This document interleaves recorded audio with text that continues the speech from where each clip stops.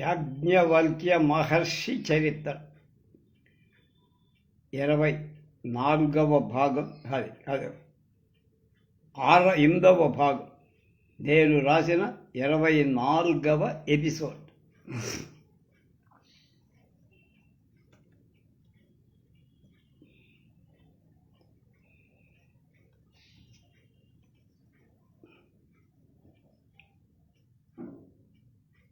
మైత్రేయి వివాహం విషయాన్ని కదిలించింది.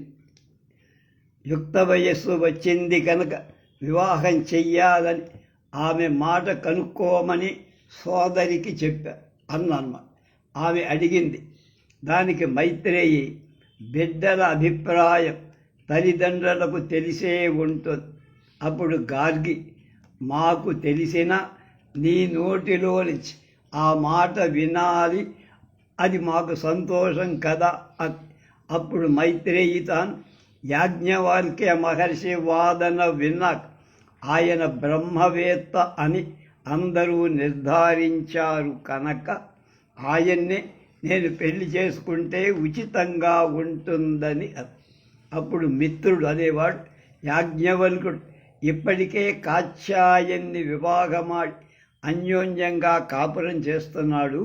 అలాంటివాడు మళ్ళీ మన అమ్మాయిని పెళ్లి చేసుకుంటాడా అని సందేహించి దానికి గార్గి పూర్వం జరిగిన ఒక విషయం గుర్తు చేసి, ఒకసారి యాజ్ఞవల్క్యుడు యజ్ఞం చేస్తుంటే పెద్ద పులి ఆయనపై దూకపోతుంటే మిత్రుడు తన సహచరుల చేత దాన్ని చంపించగా మహర్షి అతన్ని పొగిడిన అది వరకే తాను చెప్పిన సంగతి గుర్తు చేసి, ఇప్పుడు మన పిల్లను పెళ్లి చేసుకోమని అడిగితే కాదనుడు, ఎందుకని ఆయన ప్రాణాన్ని నేను రక్షించాను అని ధైర్యంగా చెప్పి, అతడు అంతటి మహర్షికి ఏ క్రూర మృగం హాని చేయలేదు, నాకు ఆయన కాపాడే అవకాశం ఇచ్చాడంతే.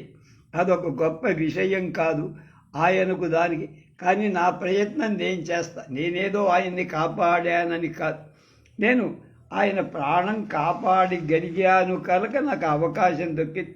అదేదో నేను కాపాడాననే షరతుతో మా అమ్మాయిని పెళ్లి చేసుకోమని అడగను, నేను అడుగుతా మామూలుగా, ఏమంటాడో చూస్తా. యాజ్ఞవల్కుని చేరి తాను ఒక కోరికతో వచ్చానని దాన్ని తీర్చమని అన్నాడు మిత్రుడదే. మీ కోరిక తెలిస్తే కదా నేను ఆలోచించి చెప్పేది అన్న. నా కుమార్తె మైత్రేయి నా సోదరి గార్గి పెంపకంలో పెరిగి జ్ఞానురాలై జనక సభలో మీ చర్చలన్నీ చూసి మిమ్మల్ని వివాహం చేసుకోవాలని సంకల్పించి మాకు తెలియచేసి అన్న. ఆయన ఈ శరీరం ఒక వనితకు ఇదివరకే ఇచ్చేశాను, ఇప్పుడు దానిపై నా పెత్తనం ఏం లేదు. మహాత్మా కాత్యాయనీదేవి అనుమతిస్తే మీకు అభ్యంతరం లేదని మీ మాటల వల్ల మాకు అర్థమైంది అంటే అవును, ఆమె చెప్పాలి, ఇతరులకు ఇచ్చే అధికారం ఆమెకే ఉంది అన్న. సంతోషించి సెలవు తీసుకొని ఇంటికి వచ్చారు. ఈ విషయం గార్గి మొదలైన వాళ్లతో చెప్పి మైత్రేయిని వెంటబెట్టుకొని యాజ్ఞవల్క్య గృహానికి వెళ్ళి, కాత్యాయని అంటే పెద్ద భార్య, ఇప్పటికి పెళ్లి కాలేదు కానీ మొదటి భార్య కూడా విషయమంతా చెప్పి మైత్రేయిపై గల వాత్సల్యంతో తాను తప్పక వాళ్ళిద్దరి వివాహాన్ని గట్టిగా ప్రయత్నం చేస్తానని కాత్యాయని వాగ్దానం చేసి, ఒకరోజు భర్తతో, స్వామి నా కోరిక ఒకటి మీరు తప్పక తీర్చాలి అంది. అదేమిటో చెప్పమని. నా చెలికత్తె మైత్రేయి ఎప్పుడు నాతో ఉండేటట్టు మీరు ఆమెను పెళ్లి చేసుకోవాలి అంది. ఆయన పిచ్చిదానాలాగా ఉండవు, నీ భర్తను ఇంకొకళ్ళకి ఇస్తావా అన్న. మేము వేరు కాదు, ఒక్కళ్ళమే.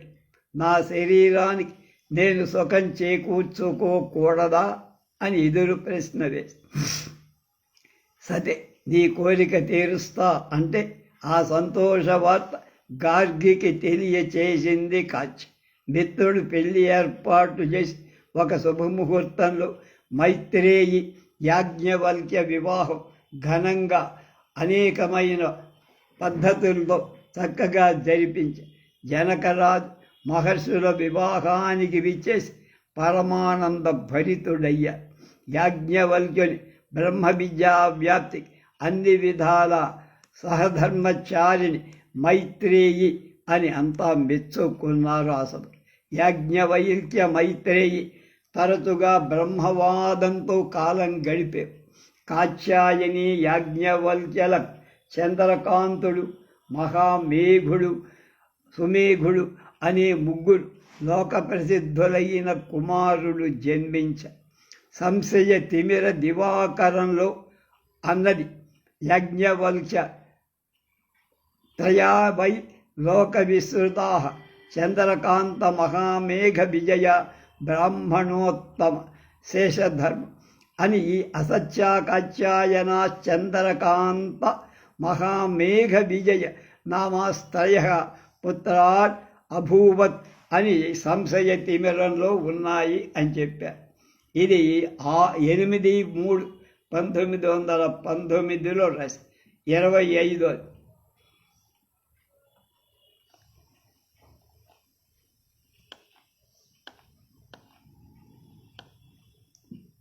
బ్రహ్మవేత్తలతో ఉన్న యాజ్ఞవల్క్యుడిని గార్గి అడిగింది, యోగతత్వాన్ని సంపూర్ణంగా తెలియచెయ్యండి. యాజ్ఞవల్క్యుడు, నేను విన్నదే నీకు చెబుతా. జ్ఞానానికి ప్రవర్తకం నివర్తకం అని 2 మార్గాలను వేదం చెప్పి, కామ సంకల్పక పూర్వమైంది ప్రవర్తకం. అది అవలంబిస్తే స్వర్గం వస్తుంది. కానీ పుట్టుక చావు నిరంతరంగా, కామ సంకల్పం లేని నిరక్తకం. దీన్ని ఆచరిస్తే ముక్తి లభిస్తుంది. శృతులలో బ్రాహ్మణులకు 4, క్షత్రియులకు 3, వైశ్యులకు 2 చెప్పబడి, బ్రాహ్మణుడు బ్రహ్మచర్య వ్రతం చేస్తూ వేదాంగాలు అధ్యయనం చేసి స్నాతుడై సవర్ణ స్త్రీని భార్యగా పొంది విధి భార్యతో కలిసి హోమం చేస్తూ చివరికి నిర్జన ప్రదేశం నిత్యము అగ్నిహోత్తర సమక్షంలో తపస్సు ఆరోపించుకొని విధి ప్రకారం సంజసించి పరమాత్మ క్షేత్రియుడు అయ్యే వరకు నిత్య కర్మ చెయ్యాలి. అలాగే వైశ్యుడు వానప్రస్థాశ్రమం వరకు, శూద్రుడు శుశ్రూషతో నిత్యం గృహస్థాశ్రమంలో ఉండ. 4 కోరికలు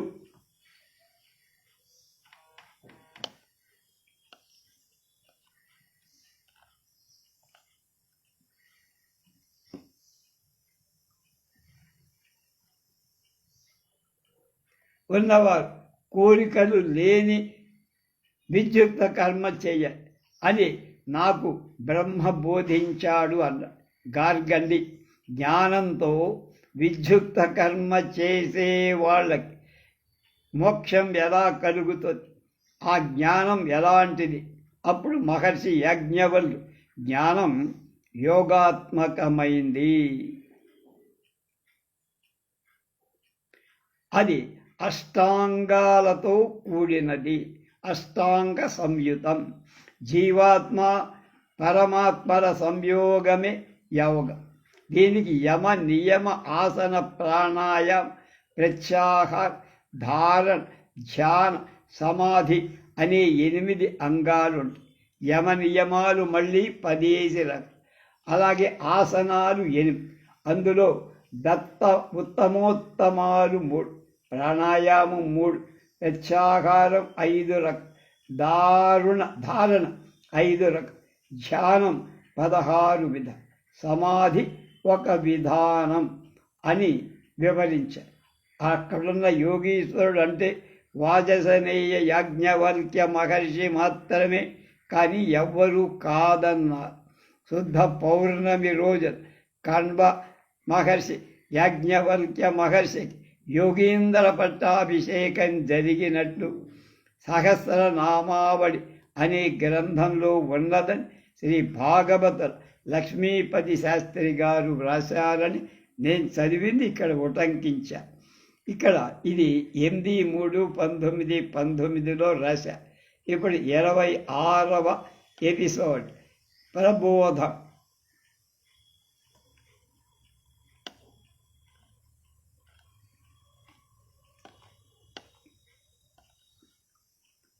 జనక మహారాజు ఆస్థానానికి వెళ్ళగా యాజ్ఞవల్కుడు భక్తి శ్రద్ధలతో పూజించి, గోవులు కావాలనా లేక నా చేత ఏదైనా అడిగించుకోవాలన తమరు విచ్చేశారు అని అడిగా గౌరవంగా.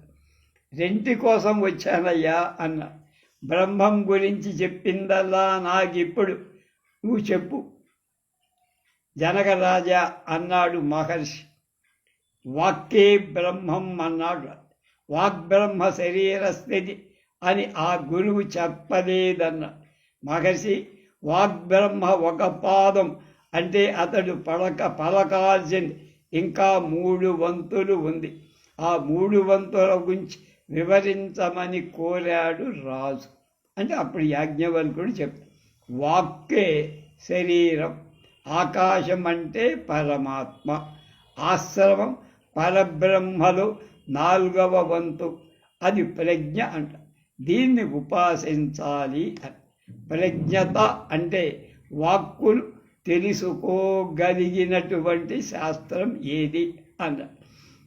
ఎందుకంటే ఆ వాక్కుతోనే వేదశాస్త్ర పురాణాలు, యజ్ఞ యాగాలు, ధర్మశాస్త్రాలు మొదలైనవండి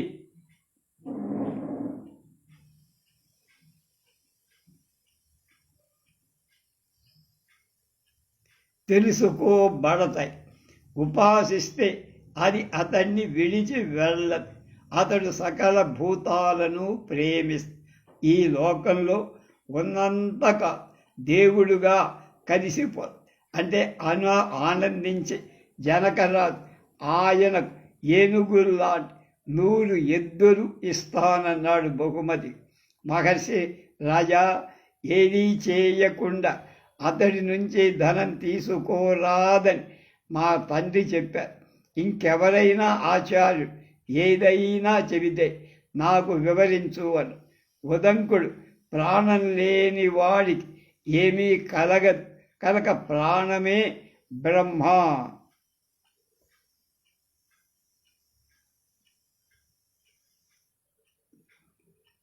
అని చెప్పారు.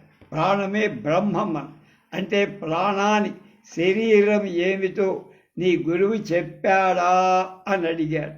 చెప్పలేదు. ప్రాణం ఏకపాదం మాత్రమే అంటే ఇంకా 3 వంతులుంది చెప్పాల్సింది తెలుసుకో. ప్రాణరూప పరబ్రహ్మానికి ప్రాణమే శరీరం, ఆకాశమే ఉత్పత్తి స్థానం, అది ప్రేమ రూపమైందని భావించి ఉపాసించాలి. ప్రాణమే ప్రియత, ఎందుకంటే ప్రాణం కాపాడుకోవటానికి అందరూ డబ్బు సంపాదిస్తారు. యాగార్హత లేకపోయినా యాగం చేసేట్టుగా చేస్తూ భయపెట్టే దిక్కుకే ప్రాణరక్షణ కోసం వెళతారు. కనుక ప్రాణమే పరబ్రహ్మం, ప్రాణరూప బ్రహ్మాన్ని ఒప్పుడు వదలడు. అతడితో భూత సంతతి అంతా స్నేహంగా, భూత సంతతి అంటే దెయ్యాలు కాదు, ప్రాణికోటంతా స్నేహంగా ఈ లోకంలో దేవుడుగా భావింపబడి చనిపోయాక బ్రహ్మ అని చేస్తాడు అని చెప్పగానే జనకుడు పరమ సంతోషంతో 1000 ఎద్దు ఇస్తానన్నాడు. ఇది 8/3/1919లో రాసి.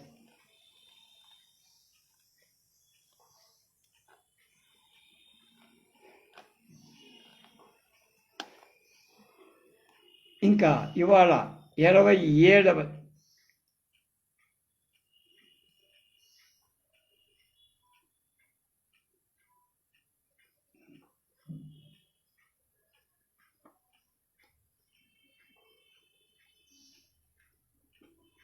ఊర్ధజుడిని చేశాకే ఏదైనా గ్రహించాలి అని చెప్పి మీ గురువు ఇంకేమైనా చెప్పాడా అని అడిగాడు.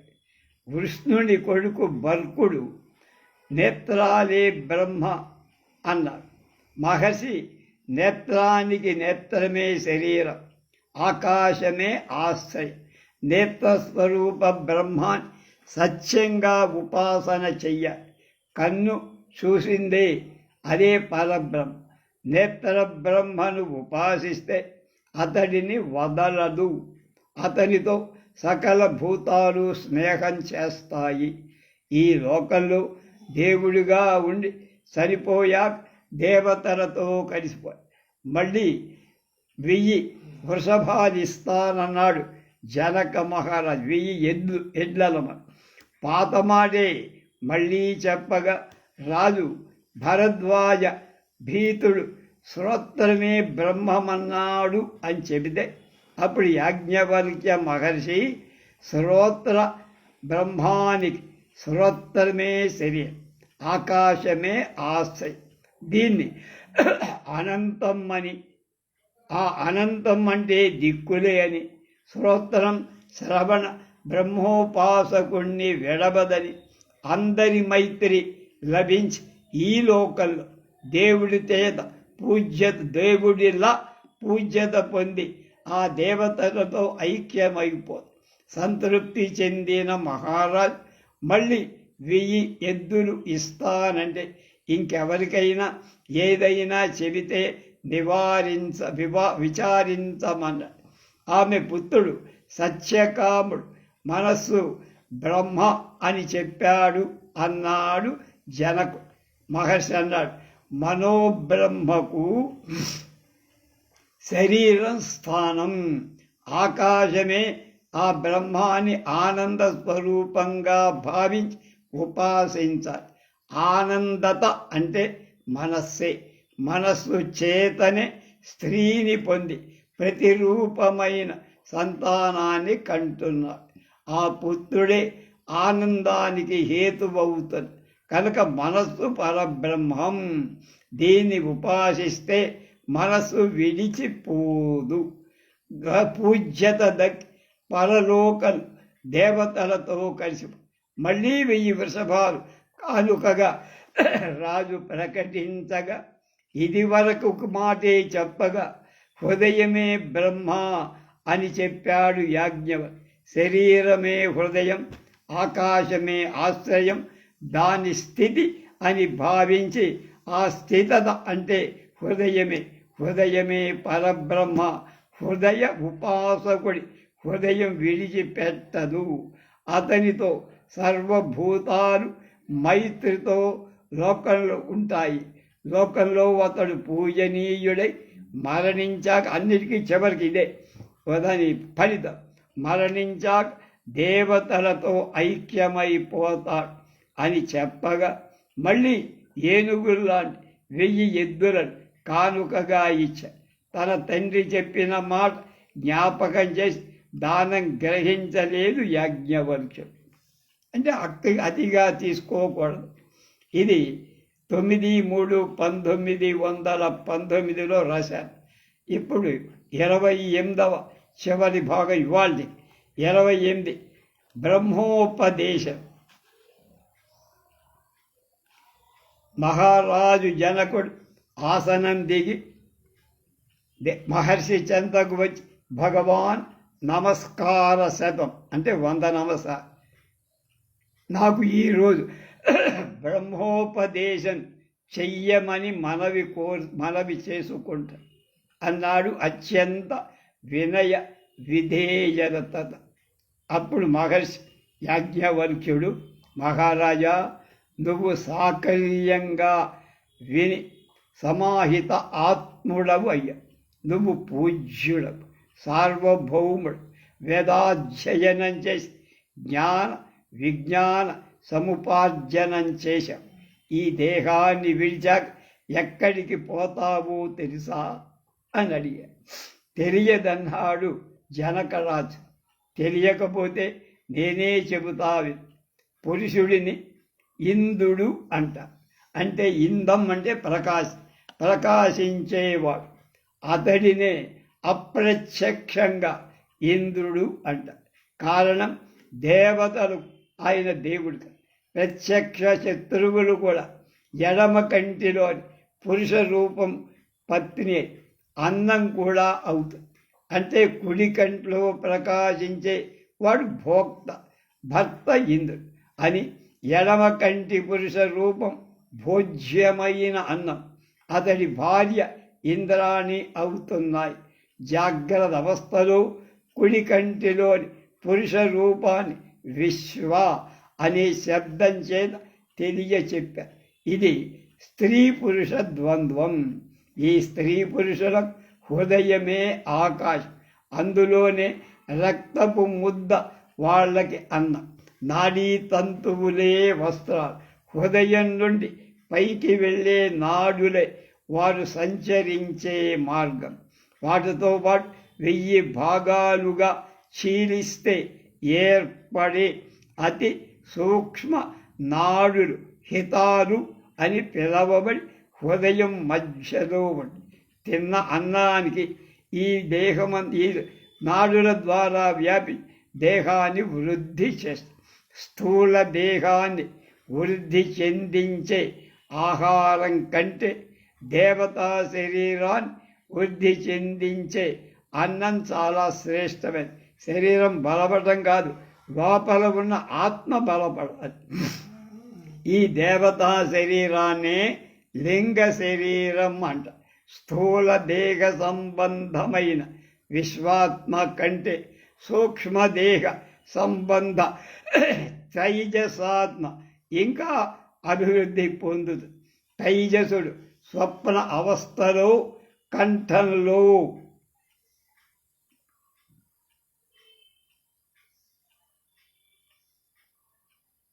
ఉండి ప్రకాశిస్తాడు కనుక ఆ అవస్థలో తైజసుడు తేజస్సుతో ఉన్నవాడని పిలవబడు. అప్పుడు తైజసాత్మ నుండి ప్రాజ్ఞాత్మ పొందేవాడు తూర్పు దిక్కును పొందిన ప్రాణాలు తూర్పు దిక్కు. అలాగే దక్షిణ దిక్కున పడమడ దిక్కు పోయే వాళ్ళకి పడమడ, ఉత్తరానికి పోయే వాళ్ళకి ఉత్తర, పైకి పోయే వాళ్ళకి వర్ధ దిక్కు, కిందకి పోయే వాళ్ళకి అధో దిక్కు అవుతాయి. ఒక్క మాటలో చెప్పాలని సకల ప్రాణాలు సకల దిక్కులు అవుతాయి. ఈ ఎరుక గలవాడు సర్వాత్మకమైన ఆత్మస్వరూపంగా మార్చుకోడు. అంటే ప్రత్యేగాత్మలో సర్వాత్మకమై ప్రాణాన్ని ఉపసంహరించి నేతి ఇది కాదు అంటూ అన్నిటినీ విషేధించి చివరికి ఆత్మను పొందుతాడు. ఆత్మ గ్రహింపశక్యం కాదు కనుక గ్రహింపబడదు. శరీర ధర్మం శిథిలం కాదు, దేనితోనూ కలవు కనుక ఒంటరిదై ఉండి దేని చేత పీడింపబడ. ఆత్మ గ్రహణం సంగమం శిథిలం లేవు కనుక ఆత్మ హింస పొందదు, నశించదు. జనక మహారాజా, నువ్వు ఇప్పుడు జనన మరణ నిమిత్త భయం లేకుండా ఉన్నావు కదా అన్నాడు. మహాత్మా, మీరు భయరహితులుగా అవుదురుగా. భయరహితమైన బ్రహ్మాన్ని తెలియజేసినందుకు కృతజ్ఞతలు, నమోవాక అని హాయిగా అనుభవించండి. నేను మీ దాసుణ్ణి అన్నాడు చక్రవర్తి జనకుడు యాజ్ఞవల్క్య మహర్షి. రాజు దగ్గర సెలవు తీసుకొని ఆశ్రమానికి వచ్చేశాడు యాజ్ఞవల్క్య. చాలా కాలం తర్వాత మళ్ళీ రాజు దగ్గరకు వచ్చాడు. కానీ ఆయనకు ఏమీ చెప్పకూడదనుకోని. కానీ పూర్వం వీళ్ళిద్దరూ అగ్నిహోత్రం మీద చర్చించారు. అప్పుడు యాజ్ఞవల్క్య, నీ ఇష్టం వచ్చిన ప్రశ్నలు అడగచ్చాను కనుక ఇప్పుడు జనకుడే అడుగుతున్నాడు. మహర్షి, కరచరణాదులైన అంటే కాళ్ళు చేతు అవయవాలున్న ఈ పురుషుడికి గమన సాధనమైన తేజస్సు ఏమిటి అన్నది. సూర్య తేజస్సుతోనే వాడు అనేక చోట్లకు తిరుగుతాడు అన్నాడు మహర్షి. లౌకిక తేజస్సు లౌకిక వైదిక కర్మలు చెప్తాడు అని సూర్యుడు అస్తమించగానే తేజస్సు లేనివాడవుతాడని సందేహిస్తున్న జనక మహారాజుకు చంద్ర తేజస్సుతో సకలం నిర్వహిస్తాడయ్యా, సూర్య తేజస్సు అయిపోతే దాంతో భయపడక్కర్లేదు. అంటే సూర్య చంద్రుడు ఇస్తూ, ఒకవేళ సూర్యుడు ఉన్నాడు చంద్రుడు ఉన్నారు పోయి ఇద్దరూ లేకపోతే మనకు రావాలంటే ప్రశ్న అడిగాడు. ఇద్దరూ అస్తమించారనుకోండి, అప్పుడు ఏమిటి గతి అంటే అగ్నిహోత్రాన్ని నిర్వహిస్తాడు. అగ్ని కూడా ఆరిపోతే మనకు తెలియకుండా తుఫాన్ రావచ్చు, అగ్నిహోత్రం ఆరిపో. అప్పుడు ఏం చెయ్యాలి? అప్పుడు ఆరిపోతే వాక్కు అతనికి తేజస్సై అన్నీ చేయిస్తుంది అన్న. వాక్కు తేజస్సు ఉందని ఎలా చెప్తారండి మహర్షి అని. వాక్కు బాగానే ఉంది, అవన్నీ తేజస్సు ఉన్నది. సూర్యుడికి తేజస్సు ఉంది, చంద్రుడికి తేజస్సు ఉంది, అగ్నికి తేజస్సు. వాక్కుకు తేజస్సు ఎక్కడిది అని అడిగాడు. దానికి చెప్తాడు, చీకటిలో ఏదైనా కూసిన, అరచిన, మాట్లాడిన అది మనకు దగ్గరుందా దూరంగా ఉందా అనే జ్ఞేత్రం ద్వారా తెలుసు. కనుక సూర్యచంద్రుడు అగ్నులు లేనప్పుడు వాక్కు మాత్రమే తేజస్సు అవుతుంది. వాక్కు కూడా లేకపోతే అనే ప్రశ్నకు ఆత్మే అన్నీ చేయిస్తుంది అని బదులు ఇచ్చాడు యాజ్ఞవల్కుడు. 9/3/1919 రేపు 29వ భాగంలో మనం ప్రవేశిస్తాం.